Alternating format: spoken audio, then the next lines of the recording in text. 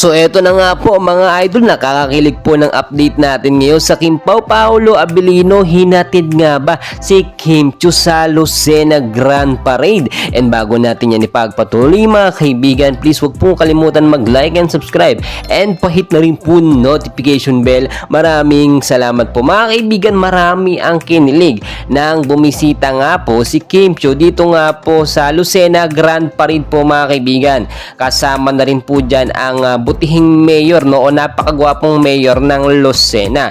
So maraming nakapansin na talagang makalaglag panloob or panty nga daw po, no, etong mayor ng Lucena kasama po si Kim Chiu. Siyempre may mga pabirong nagsasabi na bagay daw etong si mayor ng Lucena at si Kim Chiu. Well mga kaibigan, pinabulaan na naman yan ng ilang fans na ito'y sa trabaho lamang, no, inimbitahan si Kim Chiu. Siyempre pinaunlakan naman po niya.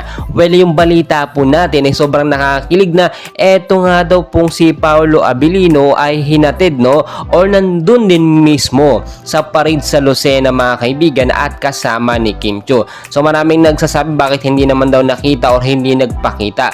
Yun din po sa ating mga nakuhang update ay nasa loob lang po ng sasakyan etong si Paolo Abilino at ayaw pong magpakita. Siyempre ang inimbitahan lamang dyan ay ang ilang mga artista tulad po ni Kim Chiu, no, at hindi naman nakasama si Paolo Abilino. Siyempre mas lalo silang pagkakaguluhan ng mga fans, especially yung mga Kim Paus lalong dadagsay na baka hindi na makaandar yung parade sa sobrang dami ng mga tao. Para sa akin mga kaibigan, no, yung pagsusuportahan nitong Kim Pao, lalo na po si Paolo Abilino ay to the next level na talaga, na ibang iba na nga po, no, yung tipong ayaw niyang mawala sa mata niya itong si Kim Chiu. Siyempre, no, mahal niya si Kim Chiu at girlfriend niya, hindi niya pababayaan yan. Saan man yan magpunta ay pupuntahan niya ni Paolo. Hindi naman ibig sabihin nagseselo si Paolo Abilino dito nga po sa gwapong mayor po ng Lucena. Di hamak naman na mas appealing, no, or mas gwapong gwapo itong si Paolo Abilino kumpara dito sa mayor ng Lucena. Well mga kaibigan, suportahan lang po natin, no,